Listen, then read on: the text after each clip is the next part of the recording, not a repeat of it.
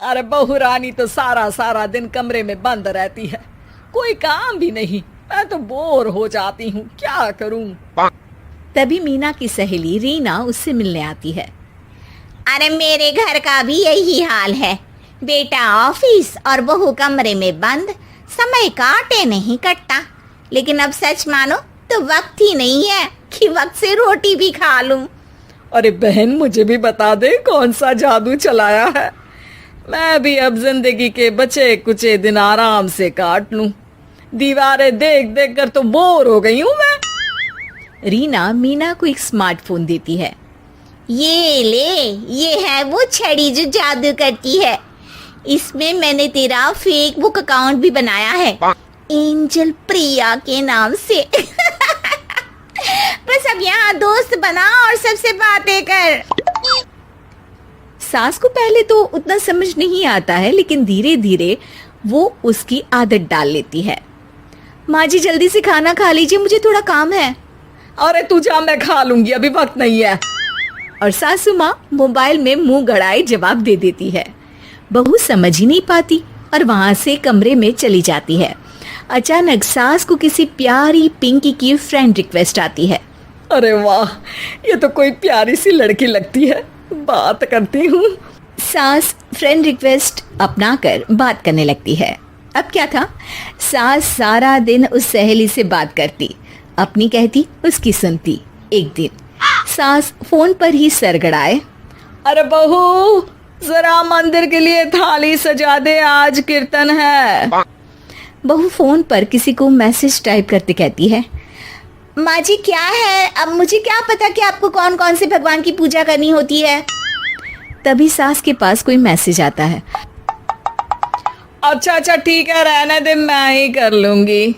अब मैंने मना थोड़ी ना किया है, कर देती हूँ मैं। अब मैंने भी बोला ना कि थोड़ी देर में बात करती हूँ, तो मैं ही कर लेती हूँ, तू जा अपने कमरे में। बहू वहां से चली जाती है। सास मंदिर पहुंचती है और मंदिर की सीढ़ियों पर बैठकर सास फोन पर लिखती है। अरे मेरी बहू सारा दिन अपने कमरे में बैठी रहती है। वहां से रिप्लाई आता है।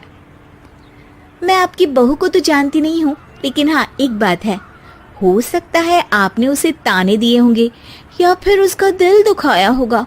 ऐसा करने पर बहुओं का मन ससुराल से हट जाता है। याद रखिए, बहू और बेटी में फर्क होता है।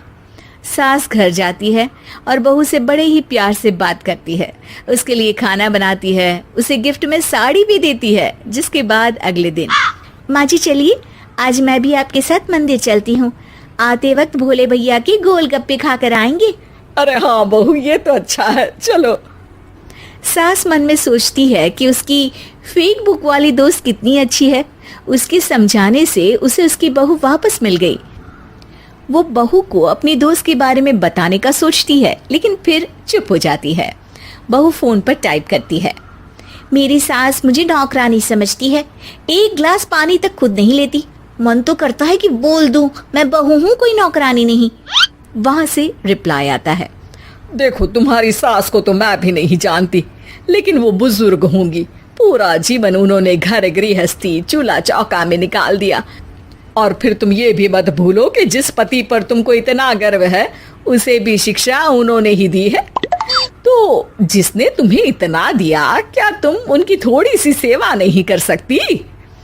बहू भी अगले दिन से सास का सारा काम करती, उनके पैर दबाती, उनका ख्याल रखती, उनके साथ घूमने जाती। एक दिन सास, बहू ये लो मेरा हीरे का हार। पहले तो सोचा था कि अपनी बेटी को दूंगी, लेकिन आज जब मेरे हाथ पैर में दर्द था तो तुम मेरा साथ दे रही थी। समय पर खाना पानी देकर तुमने ही मेरा बुढ़ापे में साथ दिया। उसके हिस्से का बहुत कुछ मैं उसे दे चुकी हूँ, लेकिन ये अब तेरा। बहू तो ये देखकर खुशी से उछली जाती है। वो सास को गले लगाकर कहती है। माँ जी, आप सच में बहुत अच्छी है।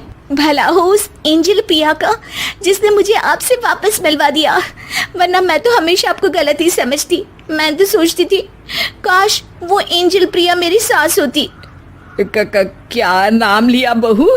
एंजल प्रिया तेरी फेसबुक फ्रेंड है? हाँ माँ जी, वो बहुत अच्छी है। उन्होंने ही मुझे बताया कि सास की कीमत क्या होती है। अरे बहू, कहीं तू प्यारी पिंकी तो नहीं? जी माँ जी, मैं ही हूँ प्यारी पिंकी। क्यों? सास बहू को गले लगाकर कहती है। मैं भी यही सोचती थी कि काश प्यारी पिंकी मेरी बहू होती। शुक्रिया बहू।